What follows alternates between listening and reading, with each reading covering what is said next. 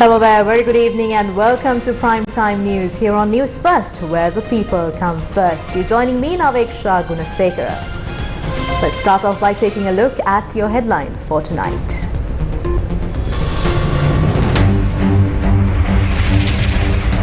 General Shavendra Silva praised by the Malwatu chapter.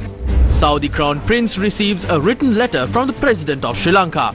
Kanchana calls for Parliamentary Committee on procurement of fuel and coal imports. Sri Lanka to sell 49% stake of National Carriers Catering ground handling units. Lawyers go to court against SRPP MP Sanath Nishanta. Fuel queues pop up at multiple areas in Sri Lanka.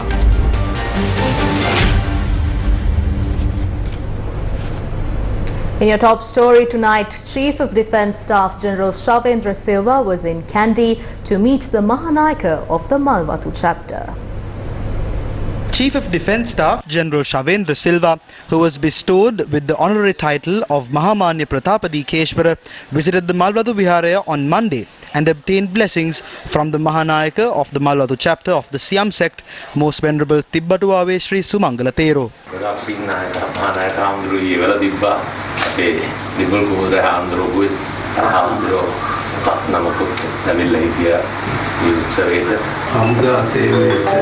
You enlisted in the army and carried out your duties in an exceptional manner. That is why you were promoted to the top ranks. In addition to that, you carried out an exceptional service to your country as well as your religion. You carried out a valiant effort in combating COVID as well as the floods. Things would have been very difficult if not for your contributions. We bless you with a triple gem to carry out your future endeavors. May the gods protect you.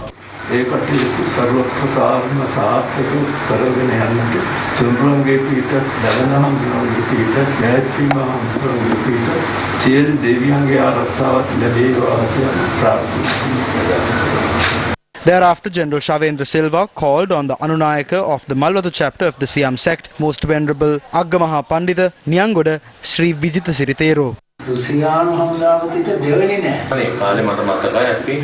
I remember there was a time we had to dig tunnels to move forward in the battlegrounds. There were days we couldn't even gain 100 meters. We fought on the battlefields we created. I lectured when I was the ambassador to the United States.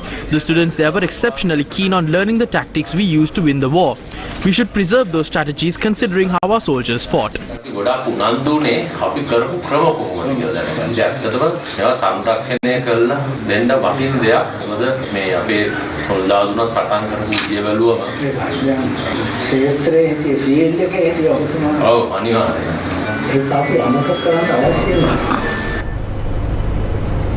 Fuel queues are emerging from various parts of Sri Lanka once again as fear of the shortage looms.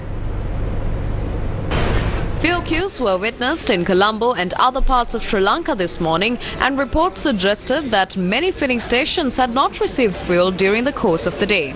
ආයි පොලිම පටන් ගත්ත කියලා තමයි ඉතින් වැඩක් නැහැ කතා කරලා. තෙල් තියනවා කියලා කියනවා, තෙල් නැහැ කියලා කියනවා. අපි අයර දුවන්නේ තෝ ඉන්නේ දැන්. ඊයේ රෑ ඉඳලා ඉන්නේ පොලිමේ. අපිට බයයි හිඟයක් වෙයි කියලා. මේක ක්‍රමය හරියට ගියා නම් හරි ඉතින්. මේ සේරම කරන්නේ බොරු. මේ අහිංසක මිනිස්සු ඔක්කොටම මේ දුක් දෙනවා. මුදුම දුවක් අපි විඳින්නේ. අපි ඉන්නවා QR කෝඩ් වලට ගහන්න කියලා පොලිං වල. සෙට් වල තෙල් නැහැ. තෙල් කියලා ඒගොල්ලන් කියනවා. තෙල් තියෙනවා නම් අපි පොලිං වල ඉන්නේ නැහනේ. පොලිං ඩික් වෙලා තියෙනවා බඩු නැති හින්දා. පොරු වැඩක් නේ කරන්නේ මේ ආණ්ඩුව පැලැස්තරයක් මේ අලවන්නේ. මේක විසඳුමක් නෙමෙයි. QR කියන්නේ තරබුදේම කොටසක්. වැඩක් නැහැ කතා කරලා. QR එකක් තියන් පොලිමේ ඉන්න. දැන් QR එකක් කියලා ආවම QR එකක් කියලා වගේ ඒකටත් හරියට පැට්ටල් ටිකක් ගහන්න නැහනේ අපිට. මේ බටුවක් විදිහට අපි ඉන්නේ බටුවක් නැහැ ගණේ මුල්ලේ නැහැ. ගම්පහත් මේ සෙඩ් හොයලා මෙතෙන්ට ආවා. Sri Lanka Petroleum Distributors Association elaborated on the issue. The Ceylon Petroleum and Lanka IOC have implemented certain limitations to their fuel distribution. The Lanka IOC and Spokesperson must maintain a steady supply of fuel to the market if they want to put an end to fuel queues. This is not an issue with fuel distribution. The issue is we don't have fuel to distribute. මේ ප්‍රශ්නය කන්තෙල් බෙදා හැරීමේ හෝ නිකුත් කිරීමේ තියෙන ප්‍රශ්නයක් නෙවෙයි. අපේ රටට අවශ්‍ය ප්‍රමාණයට තරම් තෙල් නොමැතිකම තමයි මේකේ ප්‍රශ්නේ. ඔබ මාධ්‍ය වාර්තා කළා මේ පොලිම් වලට හේතු වී තිබෙන්නේ අත්පිට මුදලට ඉන්ධන නිකුත් කිරීම නිසා ඉන්ධන හිමියන් එක් ඉන්ධන ප්‍රමාණයක් එක්වර ඇනවුම් කිරීම නිසා කියන කාරණේ මේ කාරණයක් අද්ද. ඔව් මේ කාරණේ යම්කි සත්‍යතාවයක් තියෙනවා. There is a kernel of truth to that statement. We know that a large sum of money is needed to obtain variants of diesel as well as 92 and 95 octane petrol. The filling stations will have to deposit somewhere around 20 million rupees at once if they are to do that. Because petroleum isn't going to give you fuel unless you deposit cash, and let's say we deposit the cash, we don't know when we'll get the fuel. Therefore, filling station owners only order fuel according to their financial capability at that time. It's my personal opinion that this may cause a shortage of fuel in the market. වෙනත් ප්‍රමාණයට තමයි තෙල් order කරන්නේ. ඒකිනුත් යම්කිසි තෙල් හිඟයක් ඇති වෙනට හැකි වෙතයි මා විශ්වාස කරනවා. Trade unions also commented on the present situation surrounding fuel. Not a single petrol consignment arrived on the island after 12th of August, apart from the 38,000 metric tons. According to his app, 3,000 metric tons is required for daily distribution. Do the math. Do you think there's fuel in stock right now? They're not even distributing the 3,000 metric tons. They have neither distributed nor have they maintained stocks. What has happened? There are fuel queues because fuel is not being distributed.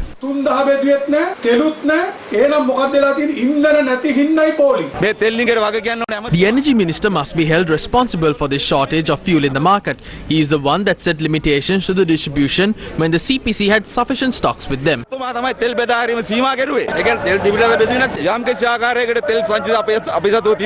ඒක කලමනාකරණයක් කරා නම් ඔයිට වැඩිය හිගේ අවම කරගන්න තිබුණා කියලා අපේ විශ්වාසයක් තියෙනවා. ඒක කොයි කාලෙකටද මේ කරේ මෙයා? පෞගේ දවස් 3. Amidst the fuel crisis, the efficiency of public transportation too has taken a hit.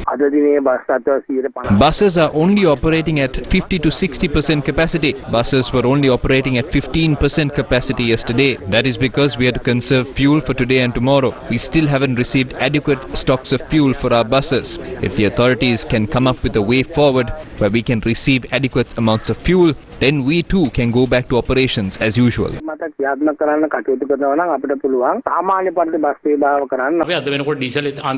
We are running on the last bit of diesel we have with us. We won't be able to transport the children to school tomorrow. I don't think the minister in charge even knows we are out of fuel, but CPC says they have adequate stocks with them.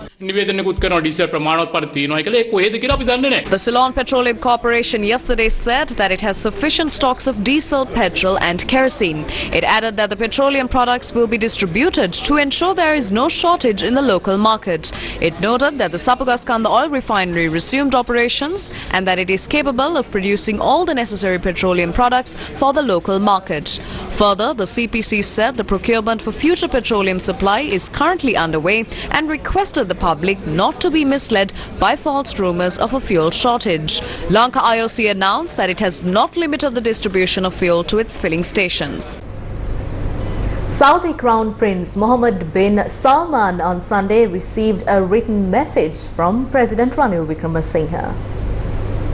Saudi Crown Prince Mohammed bin Salman has assured dedication towards the well-being of the Sri Lankan people, considering the island nation as a friendly country. Saudi Crown Prince Mohammed bin Salman received a written message from the President of Sri Lanka, Ranil Wickremesinghe. The message tackled bilateral relations that connect the two friendly countries and peoples and means to develop them in all fields. The message was received by Deputy Foreign Minister Walid bin Abdul Karim Al Quraiji during a meeting with the Special Envoy of the Sri Lankan President, Minister of Environment of Sri Lanka, Nazir Ahmed.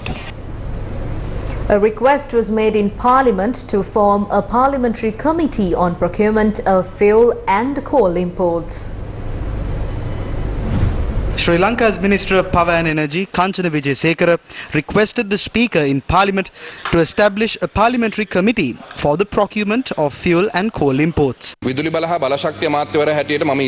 Minister of Power and Energy, I propose that a parliamentary committee on procurement of fuel and coal imports be appointed. I suggest it is more appropriate that an opposition MP must head that committee. MP Patali Champika Ranavaka and several other former MPs have said that fuel can be imported for a lower cost. As the subject minister, if the opposition takes up the responsibility to head such a committee, I would fully support it. I would like to make that request as well. The Committee on Public Finance has full authority under the standing order. Given the fact that the Committee on Public Enterprise and Committee on Public Accounts are not established, I hope to take action regarding the minister's request. I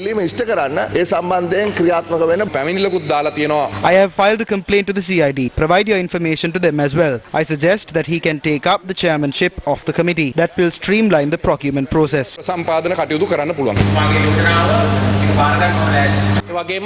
I suggest that the Auditor General be given the relevant authority to carry out a proper investigation, not the CID. I further propose that Cabinet approval be granted to carry out a forensic audit. An appropriate company must be selected for this. Fishermen in Chilau have not abandoned their struggle for the kerosene subsidy.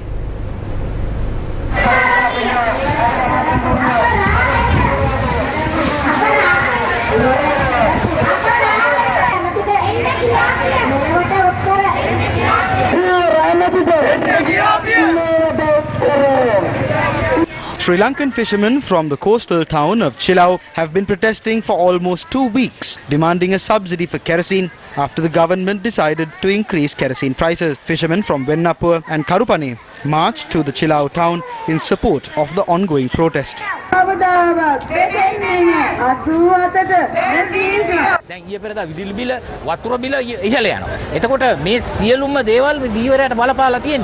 tariff hike has affected the fishermen in addition to the kerosene price hike. This means we cannot engage in our trade. We require approximately 13,000 rupees to 15,000 rupees per week. Yet we can only set out to sea for a day or two. How can we afford to set out to sea on the other days? If they want to protest this industry, they would have never done something like this. You cannot engage in fishing with kerosene priced at 340 rupees per litre.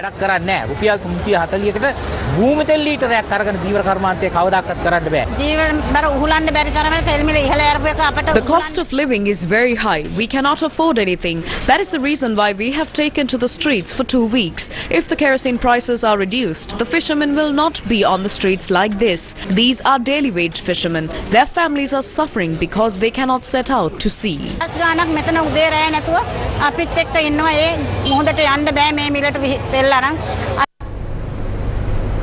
Water tariffs in Sri Lanka will be increased with effect from the 1st of September. Now here's a look at how the increase will affect consumers. Sri Lanka has decided to increase water tariffs with effect from the 1st of September this year, and based on the new amendments, the fixed rate per unit for domestic use will also increase. 1 unit of water in Sri Lanka is considered as 1,000 litres. The average house consumes about 20 litres of water per month. According to the existing price system, the water bill for a house that uses 20 units of water is 520 rupees. According to the revised tariff, the water bill of a house using 20 units will be 1,045 rupees. Therefore, based on calculation, the water tariff has increased by 100%. However, the water charges for estate houses that are home to Samudi beneficiaries, public taps and park taps, government schools, religious and sacred places, and government-approved charities have been raised at a lower rate than the normal water bills. Consumers must pay bills within 14 days of issue, and if they fail to pay within 30 days, an additional fee of 1.2% will be charged for the outstanding balance. In addition to this, the Gazette notification issued by the National Water Supply and Drainage Board states that it has the authority to disconnect the services of consumers who do not settle their bills for more than 30 days. The difficulties faced by the general public due to the increase in the electricity tariff by a large proportion was the topic of Monday's Parliament debate. How did this crisis in the Ceylon Electricity Board emerge? Who is responsible for this crisis? One thing is for certain, it wasn't the people, that's for sure. Certain political parties and politicians must be held accountable. They did not reform the CEB, but engaged in deals with the senior management, targeting the elections, and used employees for their work. They did not make the appropriate decisions. Both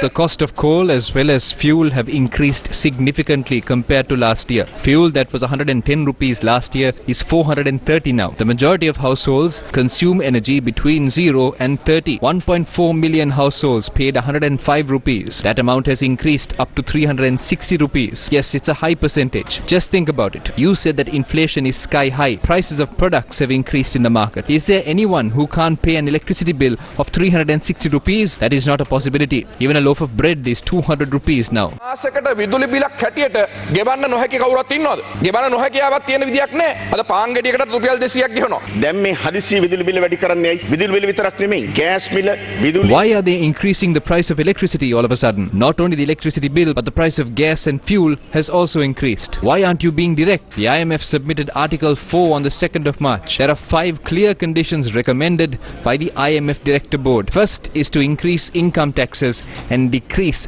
tax reliefs. The second is to float the rupee and establish a flexible exchange rate. The third is to bring in reforms in the government sector. The fourth is cost recovery, energy pricing. Fifth is the fight against corruption. You have fulfilled 4 of these conditions. All 4 have been met except for the fight against corruption. පස්වෙනි එක කරන්නේ නැහැ. Fight against corruption නැහැ. ඉතුරු හතරම කරා. රජයේ business කළ නොයුතුයි. The government must not engage in business because state-owned enterprises do not understand the gravity of losses. They hire every person they meet. There is zero control. They simply request the treasury for more money each time they run out. The money isn't coming out of politicians' pockets. It's coming out of the people's pocket. That is what has happened to Sri Lankan Airlines as well as the CPC. There is no way forward but to reform. Cost recovery by the electricity board from 7.4 million households must be a justifiable amount. Monthly salaries of the Ceylon Electricity Board amount to 51 billion rupees. The electricity board has generated close to 16,700 gigawatt hours last year. In other words, the wage per gigawatt hour ratio is 3 rupees per gigawatt for 26,000 employees. According to international standards, this is an exorbitant amount. The ratios of countries that produce far less is much better than this. විදුලි බල පද්ධති තිබෙන අයගේ මේ තත්ත්වය මීට වඩා ඉතාම ඉහළින් තියෙනවා. විදුලි බිල කාලයට අනුව වැඩි කළ යුතුයි තර. There is no disagreement that the electricity bill must be increased based on a timely need. However, there needs to be a program that will provide relief to the low-income earners. If not, the next struggle will be born soon because the person who has one meal will die without a meal soon. ඉතාම නුදුරු මොහොතකදී වේලක් කන පුද්ගලයාට වේල නොකා හාමතේ මරණ තත්ත්වයක් පත් වෙනවා. News First with the people. What will be the fate of Sri Lankan Airlines? We'll find out after this short commercial break.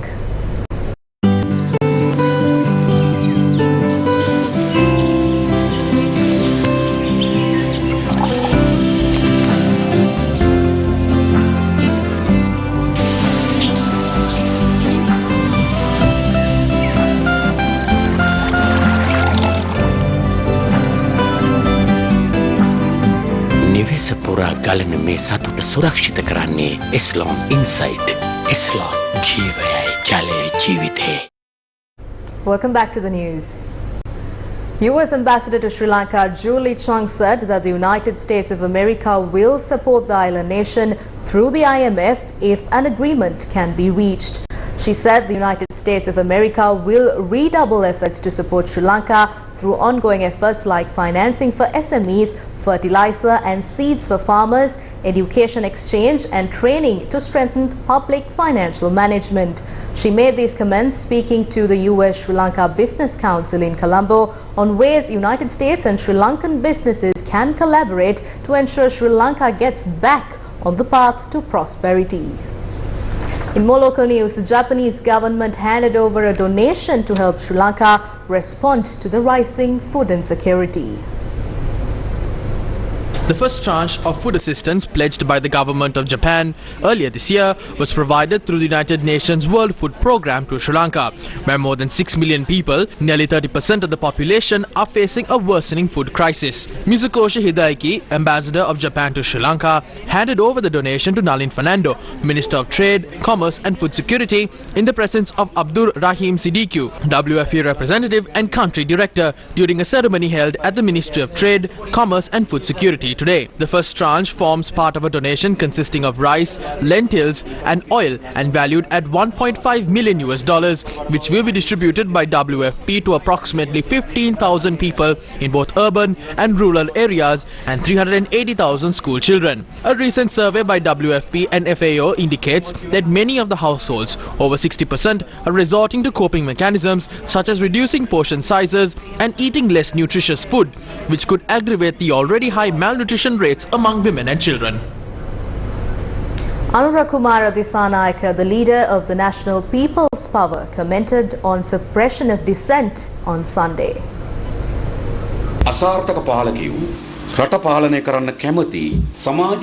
Failed leaders rule the country by creating a social phobia. That is their trick. They are displaying the picture of Comrade Eranda and asking who this is. Don't authorities and police know who Eranda is? They do know. But they are displaying a picture of him saying that they will find them. They are doing this to incite fear. When there is fear, people will not stop their movement, stop meeting people and making phone calls because of the fear of arrest. They are planning to create fear in society. It's an old method to rule by fear and suppression. That method is decades old. You cannot implement that today. This could lead to political instability and economic instability. These intimidation methods and small arrests cannot stop the rise of the people. An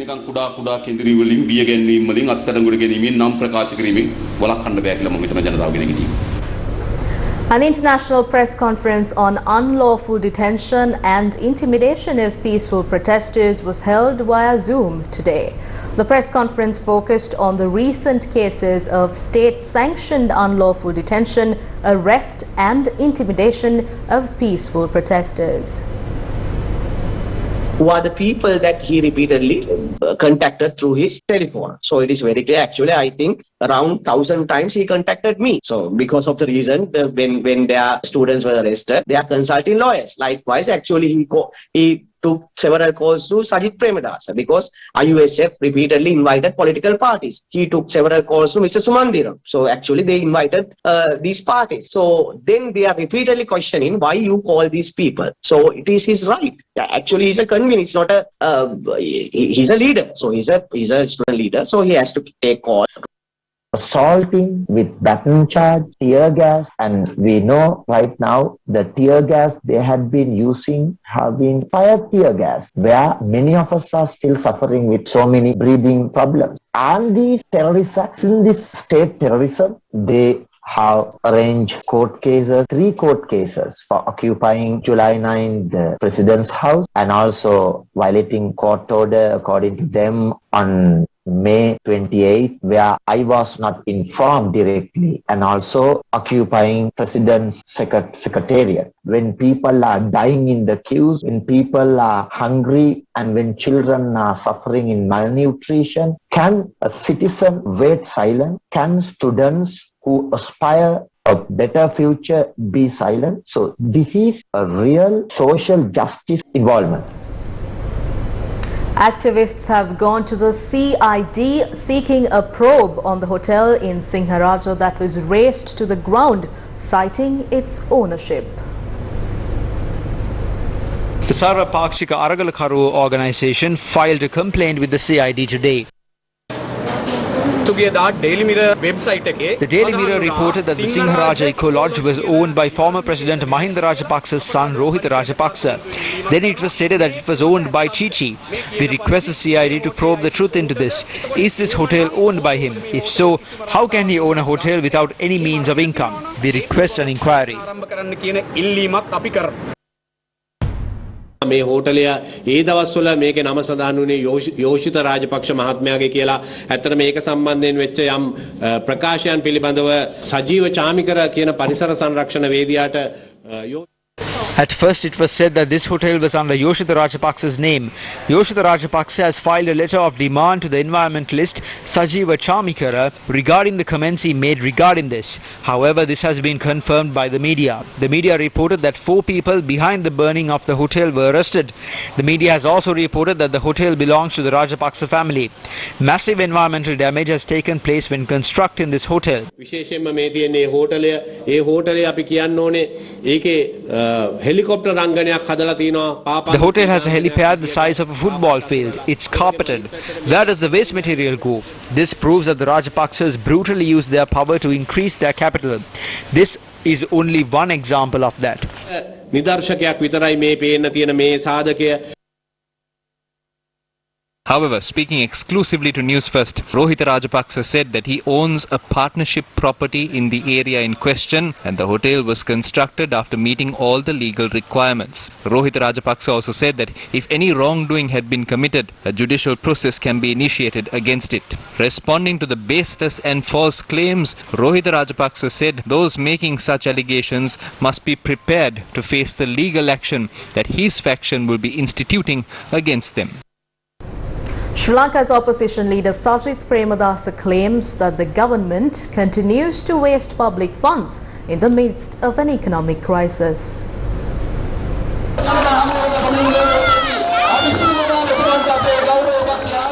The Colombo North meeting of the Samagi Jana Balawegaya was held on Sunday.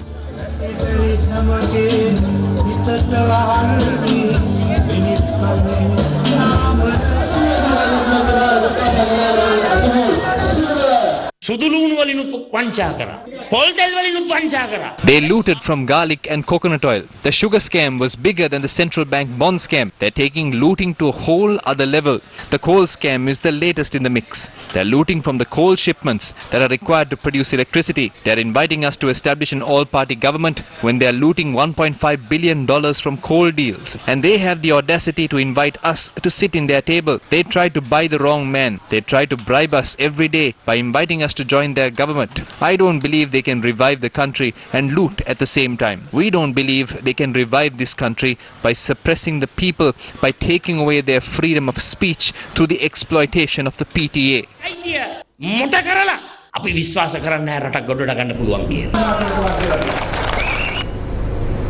Sri Lanka's government is looking to sell 49% stake each of the state-run Sri Lankan Airlines catering and ground handling units. Sri Lankan Airlines is in a debt to the tune of $1,046 billion, which is 401 billion rupees. It is impossible to continue with the airline with a colossal debt. We need to restructure this.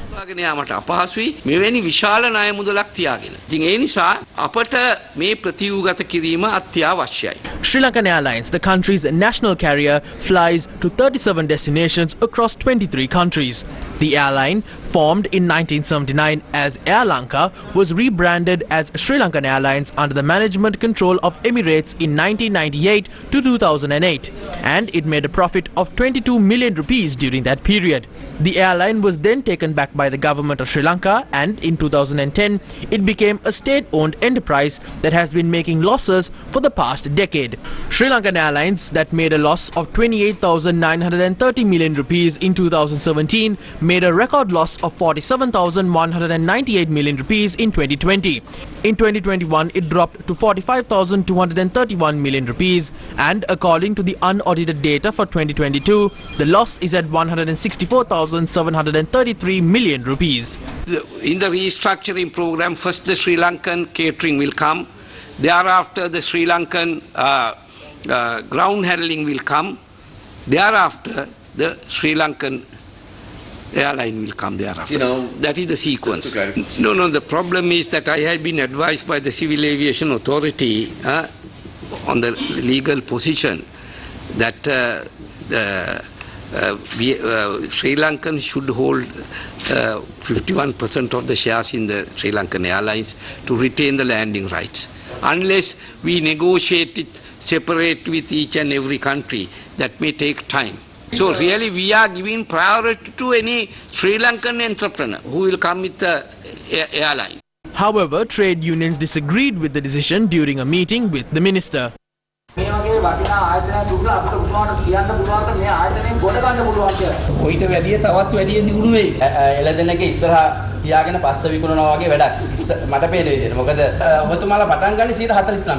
149 එවතුන් 151කට යනවා. කොටස් බෙදීමේදී 151කට එහා පැත්තට යනවා කියන්නේ පරිපාලනයේ යම් තීන්දුව ගැනීමේ යම් විශාල බලයක් එනවා ඒ ගන්න සමාගම. මේ වගේ තීන්දුවක් తీරනක් ගනිද්දී අපේ සේවකීන්ගේ සුරක්ෂිතභාවය සියල්ල රැකිය යුතුයි. කොයි ආයෝජක ලංකාවට ආවත් ලංකාවේ තියෙන ලේබර් නීතියට මේක යටත් වෙන්න ඕන.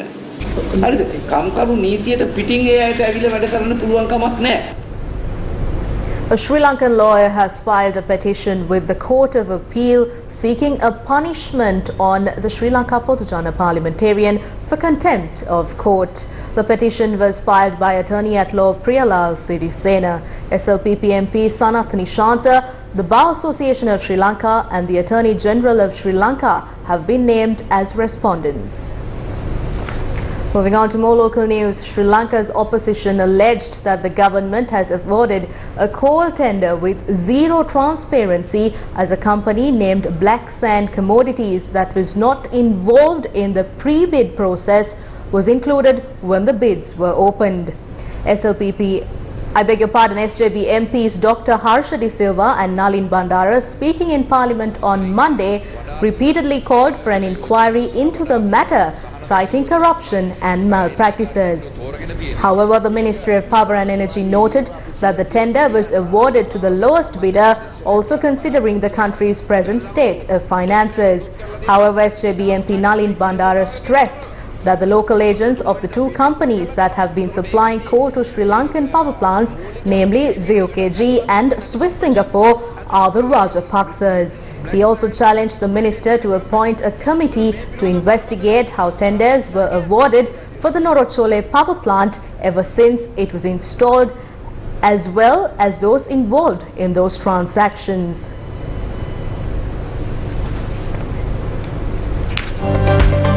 Biz Fast. Official data from Sri Lankan agencies have revealed that the country's tax revenues grew 29% to 811.9 billion rupees in the 5 months to May 2022. Sri Lanka's tax revenues grew 29% to 811.9 billion rupees in 5 months to May 2022, while spending went up 16% to 1,275 billion rupees, keeping the overall deficit largely unchanged amid a small increase in capital spending. Capital spending was 174.2 billion rupees, up from 162.4 billion rupees. The overall deficit for the first 5 months was 636.7 billion rupees, up to May 2022 from 634.8 billion rupees a year earlier. Domestic borrowings went up to 742.7 billion rupees, up from 585.7 billion rupees, with net repayment of 106 billion rupees of foreign debt. Sri Lanka defaulted in April 2022 after 2 years of money printing and tax cuts to target an output gap. The government targets to contain the fiscal deficit of 6.8% of gross domestic product in 2023 from the projected 9.9% this year through a series of tax increases and austerity measure including restructuring of the state-owned enterprises. Cabinet spokesperson Minister Bandalu Gunawardena said recently that Sri Lanka is planned to cut the budget deficit to 6.8% of gross domestic product in 2023 from an expected 9.9% in 2022, combination of tax hikes and spending cuts. Sri Lankan President Ranil Wickremesinghe, who is also the Finance Minister, will present an interim budget on the 30th of August. Sri Lanka's interim budget on Tuesday comes amidst the government's ongoing negotiations with the International Monetary Fund for a possible bailout package. The IMF has laid down debt restructuring as a key element to any facility being approved. With less than 24 hours for the budget, Verite Research made recommendations to both the current and future governments to improve public finance management in Sri Lanka and build lost confidence. The recommendations include: make realistic promises or policies, devise well-formulated policies that are backed by supporting documentation on evaluation and selection criteria, ensure systems to inform the public of how their taxpayer funds are being utilized, utilize ministry websites to disclose information in a timely, user-friendly and consistent manner, limit unnecessary bureaucracy, limit the fragmentation of ministerial portfolios and ensure line of accountability when funds are disbursed, implement a robust system of checks and balances, allow formal mechanisms for oversight already in place to carry out their functions unhindered,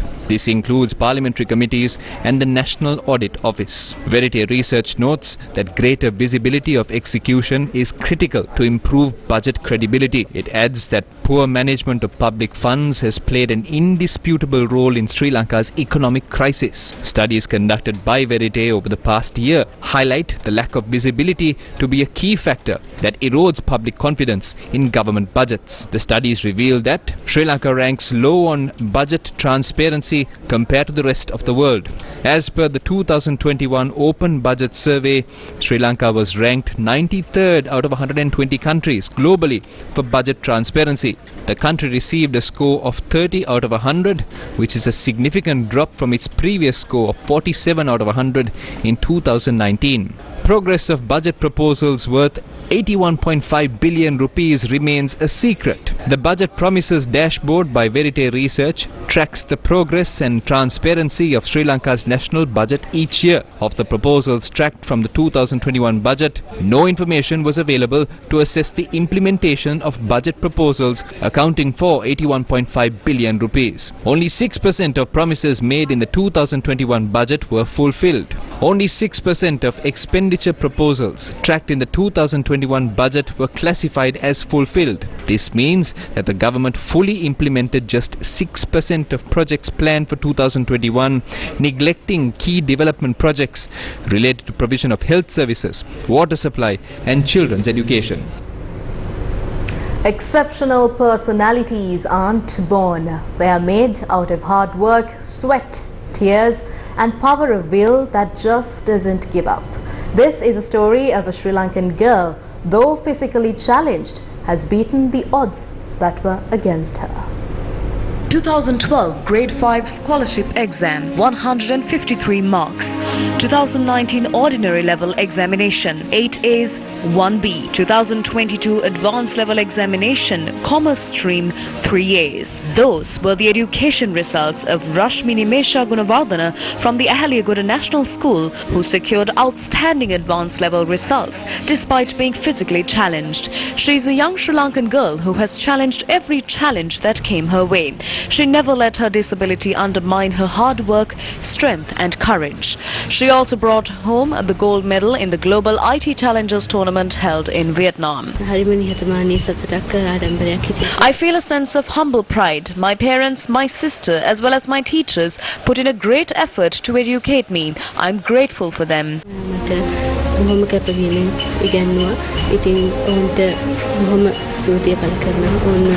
Rashmi Nimesha Gunawardana is now a student who gained university entrance. A note once made by Rashmi Nimesha Gunawardana is now a reality. That is how a leader is made if there is great effort, dedication and perseverance.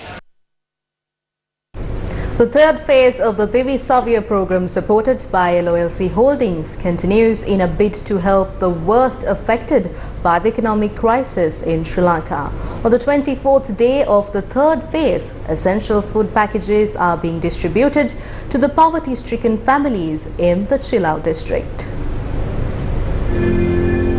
Today's program has been at the St. Sebastian College in Chilau. Essential food packages are being distributed in 3 locations in Puttlam today under the Divi Savia program. The Divi Savia program identifies families that are facing serious issues economically and provides them with much needed relief packages.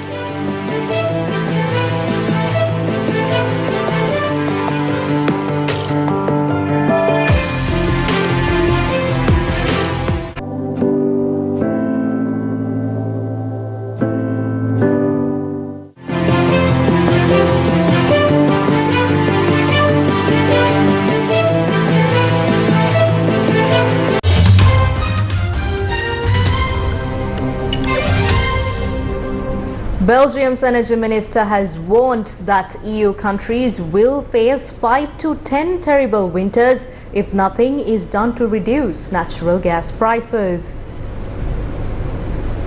According to a BBC report, calls are mounting for an EU-wide cap on the price of gas and is decoupling from the price of electricity.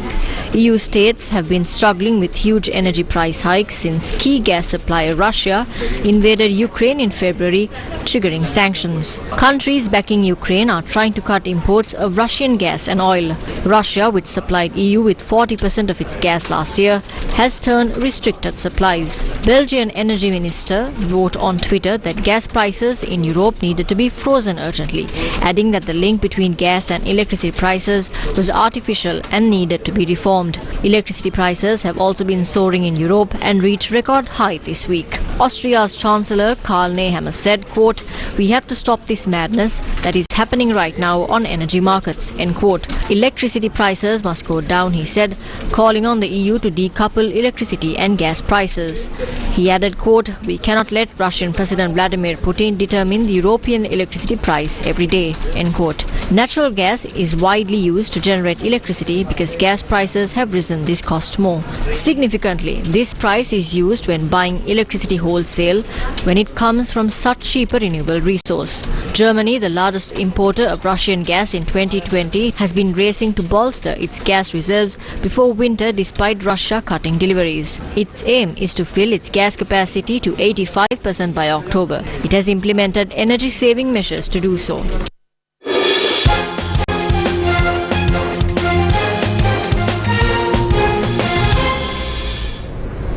In some interesting sports news, Sri Lankan mixed martial arts fighter Kasun De Silva has secured another win at the Thailand Fighting Championship held in Thailand.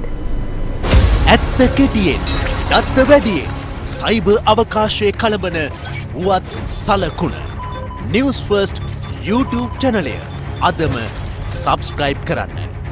News First ජනතාව සමග.